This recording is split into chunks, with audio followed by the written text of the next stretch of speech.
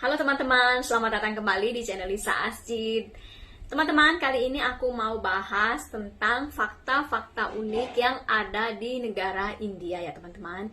Jadi fakta ini aku dapat dari pengalaman aku selama 4 tahun tinggal di sini ya. Jadi melalui kehidupan aku sehari-hari gitu yang biasa aku lihat, yang biasa aku dengar, terus aku juga konfirmasi lagi ke orang-orang terdekat aku. Ada juga yang hasil searching. Misalnya luas wilayah apa kayak yang mau aku bahas ini, kayak misalkan negara India itu negara besar gitu kan, negara terbesar itu aku lihat juga kan datanya gitu.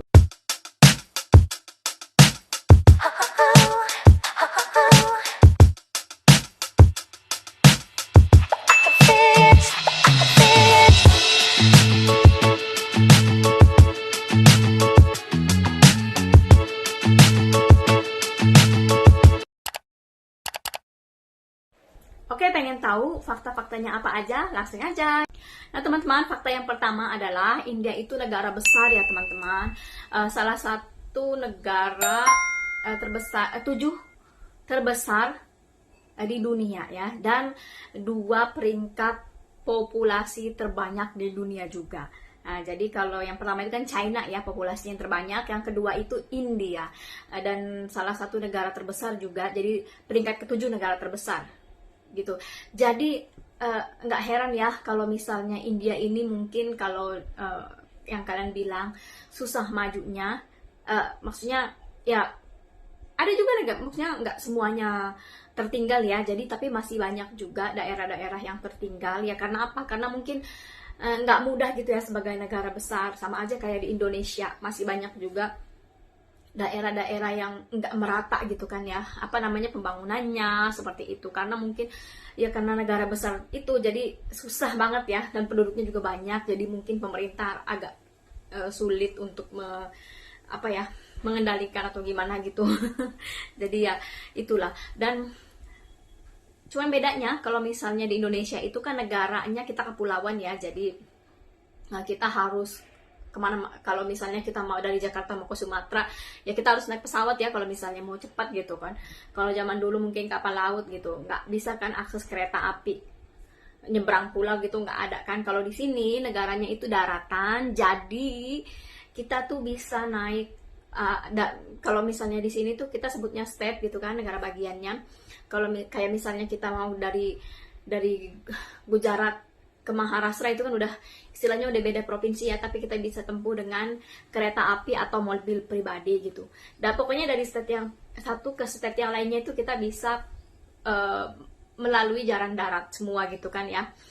Jadi makanya di sini tuh ada kereta jarak jauh yang sampai 2 hari, kayak di Kerala kan, kayak di rumahnya, kayak di tempat kelahirannya bapak mertuaku itu di Kerala. Itu dari Gujarat ke Kerala itu naik kereta itu bisa sampai 2 hari, jadi 2 hari 2 malam. Nah itu kereta jarak jauh ya. Kalau di Indonesia kan hanya bisa ke daerah ke provinsi Jawa aja kan, kayak Jawa Barat, Jawa Timur gitu, kita masih bisa pakai kereta api. Tapi kita mau, kalau misalnya mau ke Sumatera, mau ke Sulawesi, itu kan harus naik pesawat ya, atau kapal laut. Kapal laut juga memakan waktu yang lama sekali. Jadi sekarang kan orang lebih prefer naik pesawat terbang ya, untuk menghemat waktu juga. Nah ya itu ya, jadi enak kalau di sini tuh masih bisa jalan darat, bisa juga naik bawa mobil sendiri. Jadi makanya kalau misalnya yang mau traveling, jadi bisa pakai juga mobil pribadi, atau mau naik motor pun masih bisa gitu, kayak gitu. Jadi nggak perlu nyebrang laut atau apa gitu ya. Nah di sini juga sama kayak di Indonesia. Kalau misalnya kita di setiap provinsi itu punya bahasa lokalnya masing-masing kan, di sini juga sama, banyak banget bahasanya di sini. Jadi setiap state juga mereka punya bahasa yang berbeda-beda. Bahasa pertamanya dia Hindi, bahasa keduanya Inggris. Jadi jangan kaget ya kalau di orang India itu banyak banget yang udah bisa bahasa Inggris juga. Yang kedua, fakta yang kedua yaitu harga sayuran di sini murah banget ya teman-teman. Jadi kalau kayak misalnya sayuran, buah-buahan itu menurut aku sih murah banget. Kayak misalnya tomat aja, kayak tomat itu bisa dapat 1 kilo itu kalau lagi murah. Maksudnya kalau misalnya memang lagi musimnya itu paling 20 rupiah. 20 rupiah itu sekitar 4.000 ya, itu bisa dapat 1 kilo. Kentang juga gitu loh. Biasanya sih harga sayuran itu akan sedikit naik ketika musim hujan. Jadi kalau hujan kan sayur-sayuran itu biasanya rusak ya, jadi harganya memang agak-agak naik sedikit aja sih, cuman nggak banyak. Tapi presentasinya sih lebih murah di sini dibanding mungkin di Indonesia ya, mungkin agak mahal, apalagi kalau musim lebaran kan yang kita tahu di Indonesia itu apa-apa naik semua, cabai naik. Oh iya, kalau di sini cabai itu kita misalnya beli sayuran, cabai itu biasanya dikasih gratis kalau di sini. Kayak mertua aku kan biasa tiap pagi tuh beli sayuran, ada orang tukang sayur yang datang, mereka tuh banyak banget tukang sayur yang datang ke perumahan-perumahan gitu tiap hari. Kadang ada 2 tukang sayur datang, kadang ada 3, kadang lebih dari itu gitu kan ya. Jadi kalau misalnya mertua aku belanja tuh, kayak misalnya kita belanjanya sih mungkin cuman beli beli 1 kilo aja tomat, terus habis itu dia minta gratis gitu, minta dikasih gratis. Itu mertua aku ya, minta gratis cabai sama daun ketumbar itu loh, daun ketumbar. Kalau kita di Indonesia kan daun ketumbar udah langka banget ya dapatnya gitu loh. Paling bisa dapat juga di supermarket ya. Karena selama ini sih aku selama tinggal di Indonesia kayaknya nggak pernah lihat ada daun ketumbar di sana. Adapun mungkin biasanya aku lihat cuman di supermarket, itu pun pasti harganya mahal ya karena import, mungkin nggak tahu ya. Ya gitu ya. Jadi di sini tuh masih murah ya. Tapi kalau misalnya selain dari selain dari sayuran atau buah-buahan, menurut aku sih harganya cenderung normal ya, cenderung hampir sama kayak di Indonesia. Kayak misalnya kita makan di restoran, kalau misalnya menunya yang vegetarian sih mungkin masih murah. Tapi kalau misalnya yang ayam segala macam yang non veg sih hampir sama menurut aku sih gitu ya. Tapi ya mungkin masih lebih murah sedikit aja di sini. Gitu. Tapi kalau misalnya masalah pakaian ya, aku bilang sih sama sih, hampir sama. Di sini juga pakaian udah lumayan mahal-mahal, tergantung kualitas juga ya. Kalau misalnya kualitasnya yang di mall gitu kan, ya mereka juga pasang harganya lebih tinggi gitu loh. Kalau misalnya yang di pasar-pasar tradisional harganya lebih murah, tapi kan kualitasnya juga ya nggak bagus lah gitu ya. Kualitasnya nggak bagus banget deh. Kita kalau misalnya beli baju pesta-pesta itu kan, pesta baju-baju India yang kayak lehenga, kayak sari gitu ya, tergantung sih ya. Kalau misalnya mau yang bagus gitu harganya juga mahal, bisa di atas 1 juta, bisa di atas 1 juta, bahkan puluhan juta gitu loh. Kalau kalian sering dengar ada artis-artis India gitu kan, baju pengantinnya juga sama kan, harganya mahal banget, ada yang di atas 20 juta, ada yang sampai 100 juta, sama aja. Di sini juga kalau misalnya kita mau pakaian yang bagus banget ya mahal juga gitu loh. Jadi jangan dibilang kita beli pakaian India ke Indianya langsung itu murah, nggak juga sih ya. Nah, fakta yang ketiga teman-teman, jadi yang aku lihat itu di India itu hampir bukan di setiap rumah ya, di setiap rumah udah pasti, di setiap tempat pun mereka punya kipas angin besar yang di atas ya, yang seperti ini.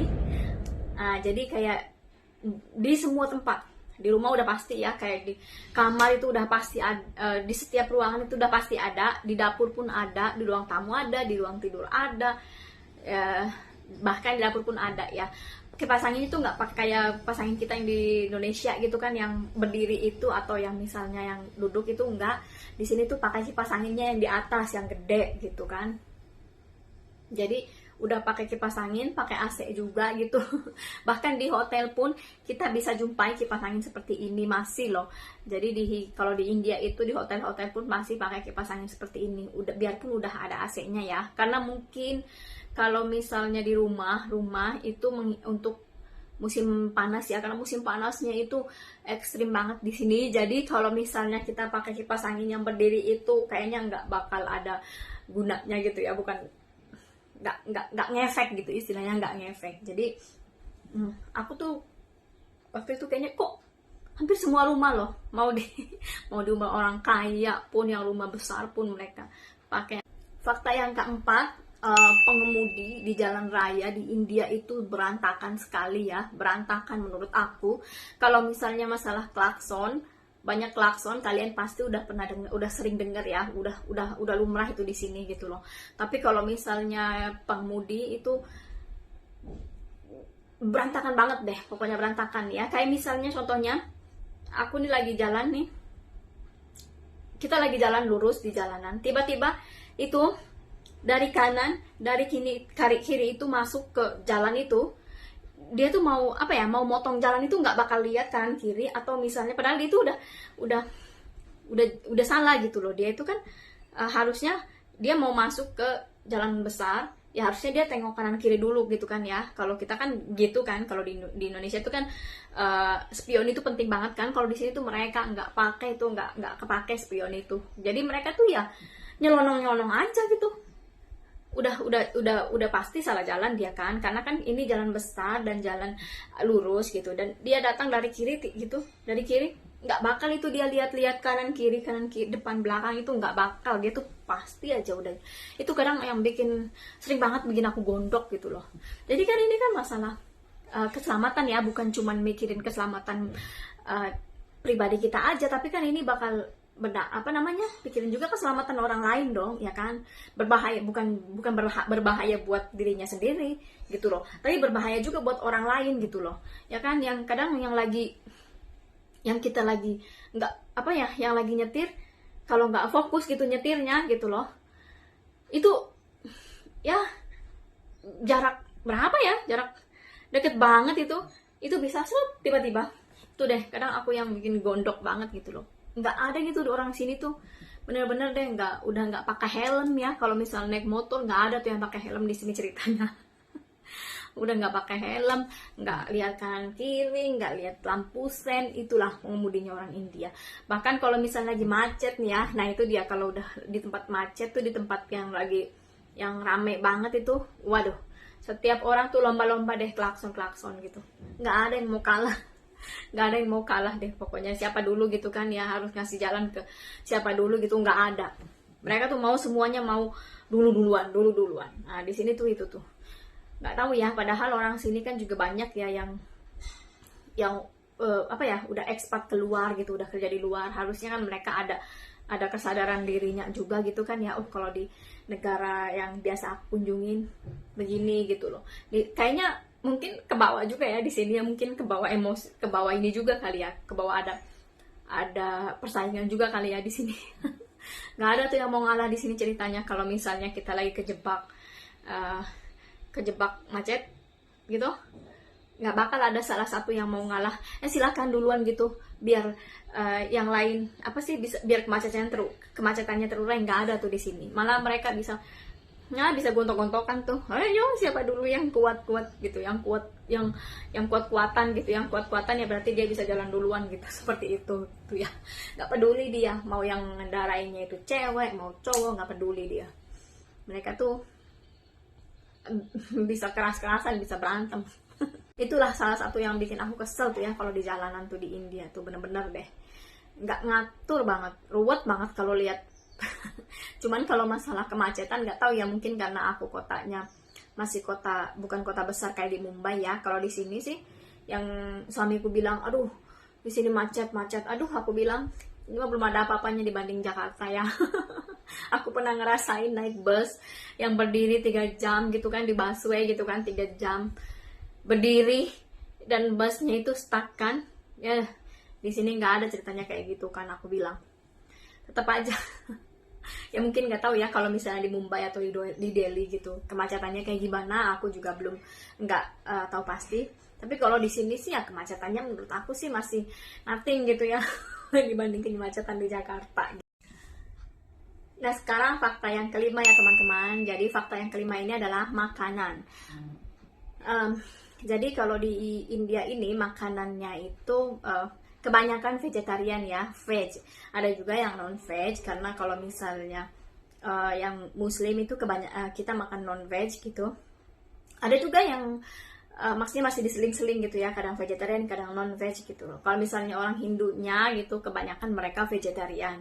Itu sebabnya di sini tuh banyak banget restoran-restoran kayak misalnya di rest area itu mereka di sini tuh mereka tuh punya kayak restoran gitu, dan restorannya itu semua di label kayak vegetarian. Jadi biar apa namanya, untuk menunjukkan ke orang Hindu di sini kalau misalnya di sini nggak ada ayam atau daging gitu. Jadi karena kan di sini mayoritas Hindu ya, jadi mereka itu juga mungkin prefer lebih prefer masuk ke restoran yang vegetarian gitu. Mereka juga ada juga beberapa yang non veg, tapi ya kebanyakan vegetarian kalau yang Hindunya. Yang Muslimnya juga sama, banyak juga yang nggak makan daging gitu. Banyak juga yang vegetarian, karena kan vegetarian juga sehat ya teman-teman. Kebanyakan sih dokter-dokter di sini kalau misalnya kalian punya keluhan apa gitu, datang ke dokter terus mereka bilang nggak boleh makan ini, nggak boleh makan ayam dulu, nggak boleh makan non veg gitu, makannya veg gitu. Aku bilang kayaknya kalau di Indonesia nggak ada tuh yang kayak gitu, karena kita kan semuanya non veg ya, jadi nggak ada tuh nggak boleh makan ayam, nggak boleh makan. Kalau di sini ya bener sih, kalau misalnya sayuran itu lebih sehat mungkin ya, lebih sehat gitu dibanding kita makan daging-dagingan gitu ya. Tapi kalau misalnya kayak aku sih memang agak-agak shock dulu ya, kayak agak apa namanya, kultur shock ya waktu awal-awal kesini. Ini kenapa sih kultur shock? Karena aku kan yang biasa tiap hari makan ikan, makan nasi, makan ayam gitu kan, nggak bisa kan makan pakai sayuran doang. Ternyata di sini tuh restoran hampir semuanya vegetarian, hampir gitu loh. Ada juga sih yang non veg gitu. Ada mungkin deh kalau bisa dihitung rata-rata dari misalnya dari 10 vegetarian ada 1 non veg seperti itu. Tapi kita masih bisa masak di rumah sih. Kalau misalnya yang non veg bebas lah ya. Tapi kalau misalnya kita lagi jalan keluar, kadang itu agak susah ya nyari restoran yang non veg gitu. Kebanyakan vegetarian. Terus masalah makanan juga di sini, sayurannya itu kebanyakan dari biji-bijian ya teman-teman. Kalau kita kan sayuran itu kayak dari daun-daun ya, ada daun kayak misalnya sawi, kayak misalnya kangkung ya kan, kayak misalnya pakcoy seperti itu kan. Kalau kita masak sayurannya, kalau di sini tuh enggak teman-teman. Kalau di sini tuh kebanyakan sayurannya itu dari kacang-kacangan atau dari biji-bijian kayak gitu. Kayak misalnya di sini tuh kayak kacang polong kayak gitu-gitu tuh ininya. Terus ada dal kayak gitu-gitu. Terus ada apa namanya tuh, chickpeas seperti itu, chickpeas. Ya, itu dia sayurannya orang India tuh kebanyakan dari biji-bijian atau dari kacang-kacangan. Kalau kita kan beda ya. Kalau kita mah ya itu sayur-sayurannya kangkung, bayam kayak gitu kan. Dari daun-daunan gitu yang biasa kita makan. Kayaknya kalau kacang-kacangan jarang banget ya. Kalau di sini tuh mereka lebih senang pakai banyak banget yang makannya dari biji-bijian itu, kacang-kacangan gitu. Dan mereka itu yaitu pakai bumbu yang kering-kering itu yang namanya masala ya, semua cabai kering, ketumbar juga yang udah halus gitu kan, yang kering yang udah halus gitu ya, hampir semuanya ya. Terus kayak kunyit juga. Nah, satu lagi makanannya itu memang rata-rata warnanya kuning ya, karena semua makanan, semua masakan itu pakai kunyit. Jadi warnanya itu rata-rata makanan warnanya kunyit. Kuning maksudnya ya. Dan mereka itu jarang ada yang suka pakai penyedap rasa ya. Apalagi micin itu mereka nggak pakai, anti banget ya. Kecuali yang untuk makanan yang Chinese foodnya, yang biasa dijual di pinggir-pinggir jalan gitu atau di restoran. Nah, di Chinese food itu mereka pakai micin, pakai Ajinomoto. Tapi kalau misalnya di rumah nggak bakal itu, anti mereka. Kayak suamiku tuh kalau misalnya nggak bakal mau tuh, bahkan dia kalau misalnya mau pesan Chinese food aja dia bilang nggak mau pakai micin, nggak mau pakai Ajinomoto gitu ya. Mungkin karena nggak lumrah kali ya di sini, jadi mereka kayak enak mungkin ya, nggak tahu ya. Awal-awal juga aku waktu awal-awal kesini tuh kan aku biasa makan micin ya di Indonesia gitu, jadi di sini tuh kayak aduh apa hambar gitu. Kalau misalnya kita ngolah ayam sih, ngolah ayam, daging masih oke lah ya, masih ke bawah kaldunya itu kan. Tapi kalau misalnya di sayuran, apaan sih gitu. Masa pakai masakan semuanya cuma pakai garam doang gitu, pakai garam, gula pun mereka nggak pakai gitu loh, pakai garam sama bumbu-bumbu powder aja gitu, gimana rasanya gitu kan. Tapi ya lama-lama ya terbiasa juga sih ya, menikmati juga, udah menikmati gitu ya. Jadi kebiasaan deh sekarang. Oke, sekarang fakta yang terakhir atau fakta yang keenam ya teman-teman, yaitu banyak sapi berkeliaran di jalan raya ya. Seperti yang kita ketahui, sapi itu dianggap salah satu hewan suci ya umat Hindu di India. Jadi mereka itu nggak boleh makan sapi. Bahkan untuk orang Muslim pun yang ada di India itu nggak boleh makan sapi gitu loh. Sama pemerintah kayaknya udah nggak boleh makan sapi. Nggak tahu ya kalau di daerah-daerah lain, maksudnya di kota-kota lain. Tapi kalau di Gujarat, di tempat aku tuh bener-bener sapi itu nggak diizinin untuk dimakan gitu loh, nggak diizinin untuk dijual juga. Jadi kalau misalnya ketahuan ada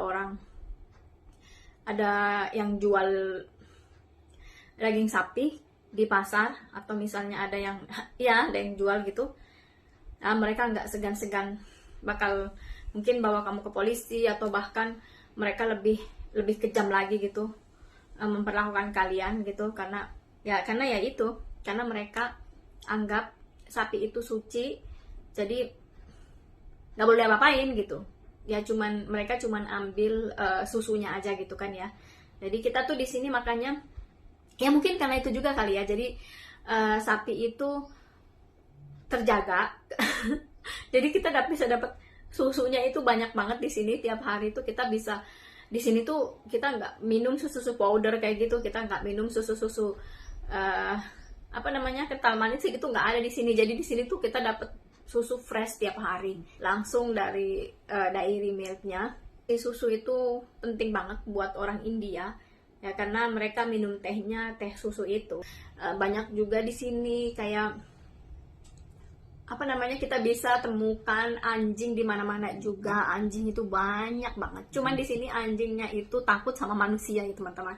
Kalau misalnya di Indonesia kita yang takut sama anjing, kalau di sini anjing mau kita ketemu anjing di komplek 5 biji, berapa biji, nggak nyerang kita gitu loh, malah anjingnya yang takut sama kita.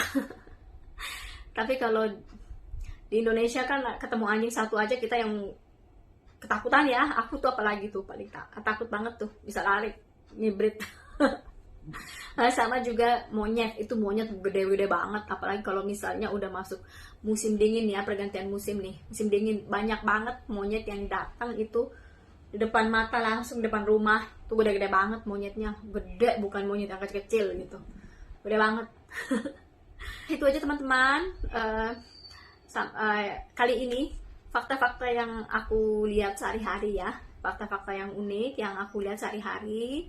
Jadi nanti mungkin aku sambung lagi kalau misalnya ada info-info tentang India, atau misalnya ada kalian yang mau bertanya tentang seputar negara India, atau kalian mau aku buat video tentang apa aja tentang India, kalian bisa komen di bawah ya teman-teman. Sampai sini dulu video kali ini. Terima kasih udah menonton dari awal sampai akhir. Sampai jumpa. Jangan lupa subscribe, like, dan komennya teman-teman. Terima kasih.